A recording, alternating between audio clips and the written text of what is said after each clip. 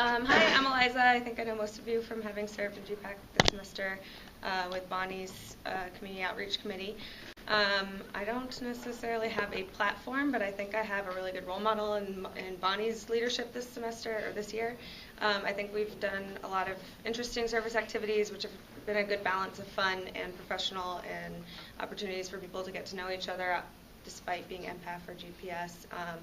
We've made a big effort to work with other organizations on campus to kind of get as much outreach as possible, get as many people attending. I do think attendance at our events is one of the biggest difficulties that we've encountered, so I think that I have a pretty open personality, and I would hope to try to get more people engaged, find out why people aren't attending and what sort of activities they would like to be engaged in next year. And I think as a school that is creating public servants, it's really important that we actually have public service experience more integrated into our curriculum here. So I would love to serve in that position. Any questions for Mark? Do you want to lead this? Right. I have one question. Some people have kind of looked at community outreach as being as an event organizer, but there's the other side of the coin that it could be a liaison for students looking for longer term service opportunities.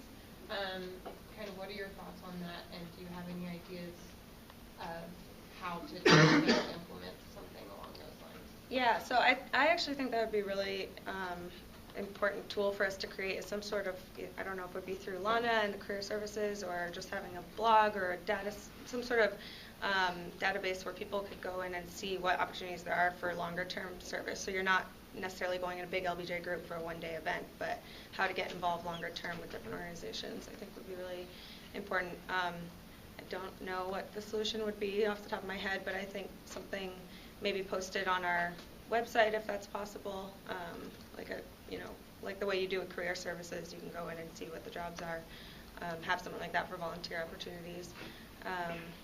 And then, I mean, event planning skills are really important as well because you do have to coordinate a lot of people and the logistics are often complex.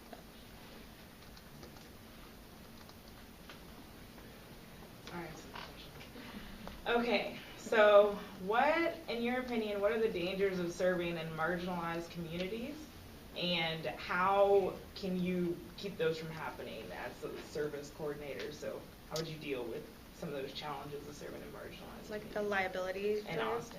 The liability, you mean like for our so students? So like communities like of color, communities where maybe there's poverty, like. I mean, I think that, what are the challenges? I guess the biggest challenges I could foresee would be something to do with personal safety and violence happening in lower income areas maybe, but I don't know if, I mean, I know we don't have like a form that people have to fill out at this point to participate in our events. I wasn't talking about like the liability. I mean like, you know, going into a neighborhood and being like, I'm going to help you, and then leaving. Just like the bigger vision of like what. Yeah. Okay. I mean that's what So, I mean, my experience has been in more international development. I think the same challenges arise in the U.S. as they do overseas, but obviously we don't want to just come in and be this, like, we're a helping hand giving out free meals for a day.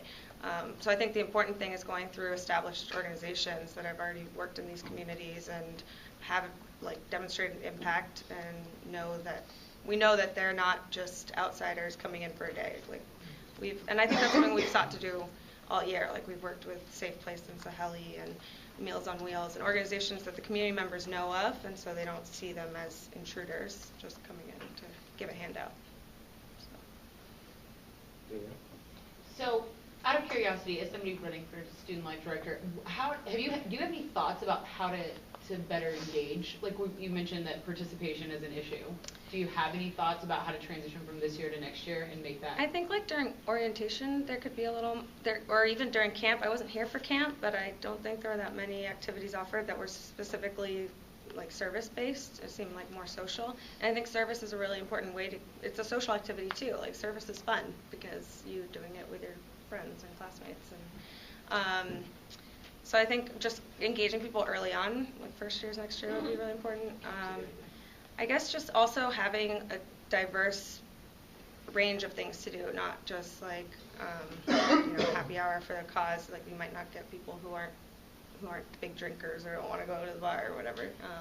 So polling people a lot. I mean, I know people don't respond to our polls very often, but